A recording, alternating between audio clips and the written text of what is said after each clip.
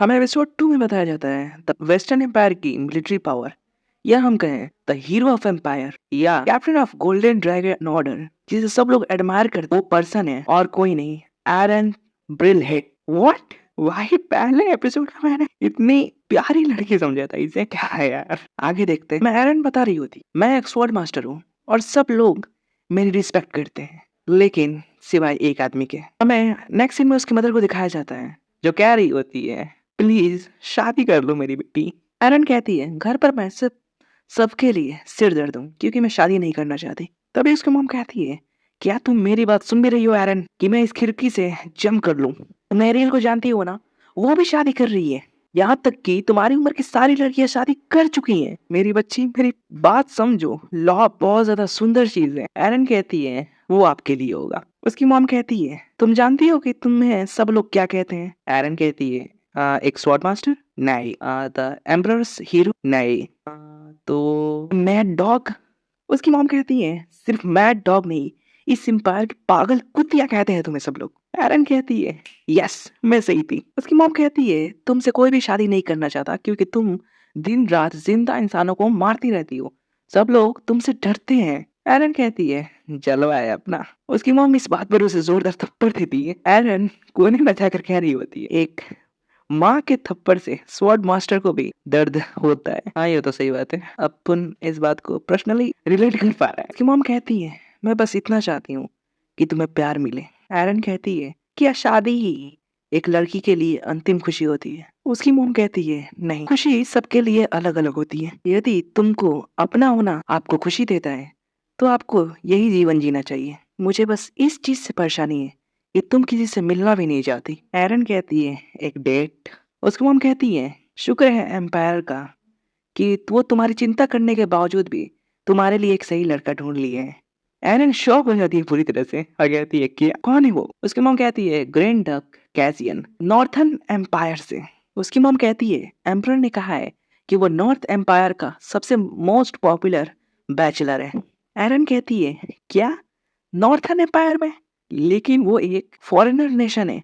क्या सच में आप मेरी शादी किसी फॉरेनर से करवाना चाहती हैं? उसकी मॉम कहती है, हाँ, क्योंकि इस एम्पायर में तुमसे कोई भी शादी नहीं करना चाहता। एरन कहती है, बिल्कुल भी नहीं, मैं उससे क्यों मिलूं जबकि मैं उसे जानती भी नहीं। उसकी मॉम कहती है, मैं जानती हूँ कि तुम किसी से भी मिलना नहीं चाहोगी, लेकिन मैं चाहूंगी कि तुम इससे मिलो, इससे तुम्हें पता चले कि तुम इसे पसंद करती हो या नहीं।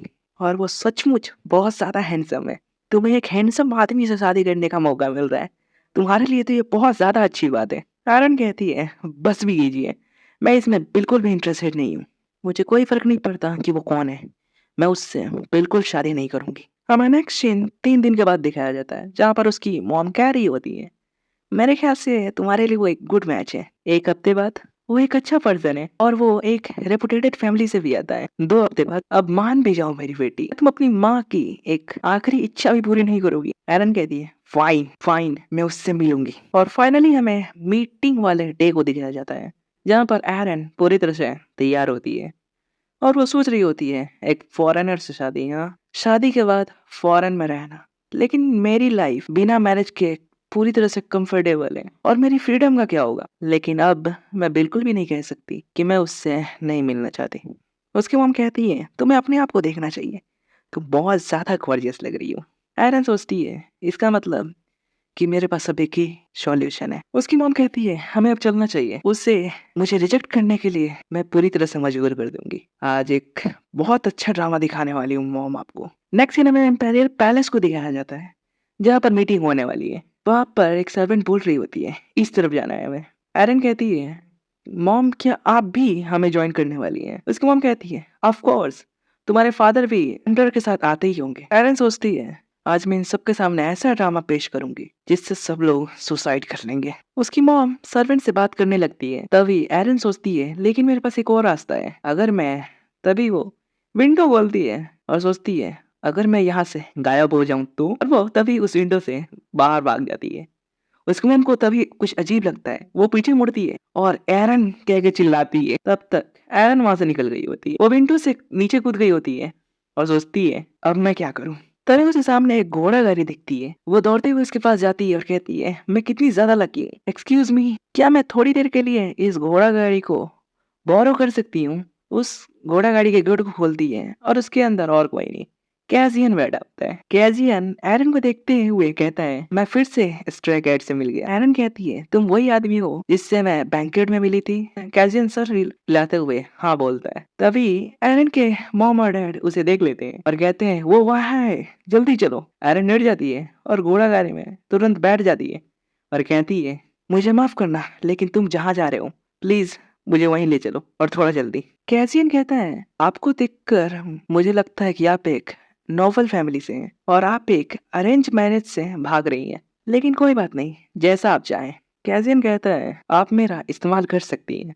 एलन सोचती है, ये चाहता है कि मैं इसका इस्तेमाल करूं। वो सोचने लगती है कि आखिरकार ये आदमी मेरी हेल्प करने के लिए हमेशा राशि क्यों हो जा रहा है। आखिरकार क्या ये नहीं जानता कि मैं कौन हूँ, या शायद ये कोई फ्रॉडर होगा। ये मेरी हेल्प के बदले इसे कुछ रिटर्न में चाहिए होगा। कैसियन कह रहा है, चिंता मत कीजिए, मुझे आपसे कुछ नहीं चाहिए। एरन कहती है, मैं ऐसा कुछ भी नहीं सोच रही, और वैसे भी मुझे आपकी अभी जरूरत है, इसलिए क्या मैं सच में आपका इस्तेमाल कर सकती हूँ? एरन बोलता है खुशी से। एरन बोलती है, तो क्या आप मेरे लवर होने का प्रिटेंड करेंगे बस आज के लिए? व्हाट?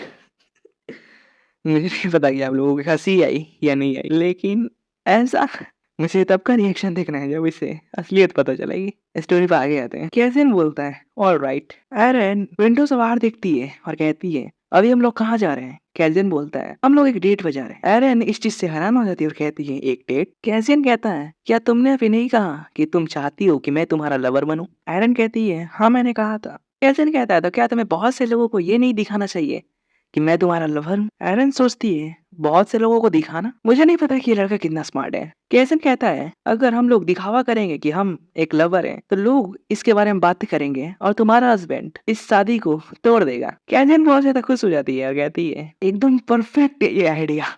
अगर इससे मेरी शादी टूट जाएगी तो ये टोटली वर्थ इट है। कैजियन एक स्माइल देता है, और स्माइल तो मैं भी दे रहा हूँ। कैजियन कहता है, तो ऑल राइट, चलो फिर चलते हैं। वो लोग एक स्वीट शॉप में जाते हैं। कैजिन कहता है, ये इस जगह की सबसे पॉपुलर डेजर्ट है। एरन उस डेजर्ट को घूर रही होती है, तभी पीछे कुछ लड़कियां बातें कर रही होती है। वहाँ देखो, वहाँ पर लेडी एरन है। सचमुच ये यहाँ पे है, लेकिन उनके साथ वो लड़का कौन है? वो बहुत ज्यादा हैंडसम है, क्या वो उनका लवर है? नहीं, ऐसा नहीं हो सकता।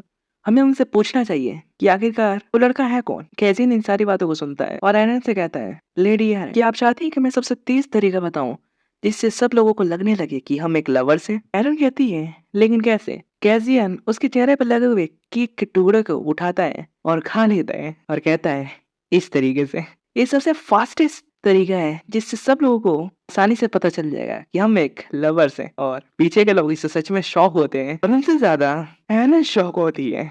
और हमारा एपिसोड सेकेंड यही खत्म हो जाता है। ओह यार, मैं थर्ड चैप्टर के लिए बहुत ज्यादा क्यूरियस हो रहा हूँ, और तुम लोगों से फर्स्ट टाइम इस वीडियो पर 200 लाइक्स का टारगेट रख रहा हूँ, प्लीज करा देना। वैसे भी 2024 की पहली वीडियो है, तो वॉच करो और एंजॉय करो। मिलते हैं नेक्स्ट वीडियो में, तब तक के लिए sayonara. You know who made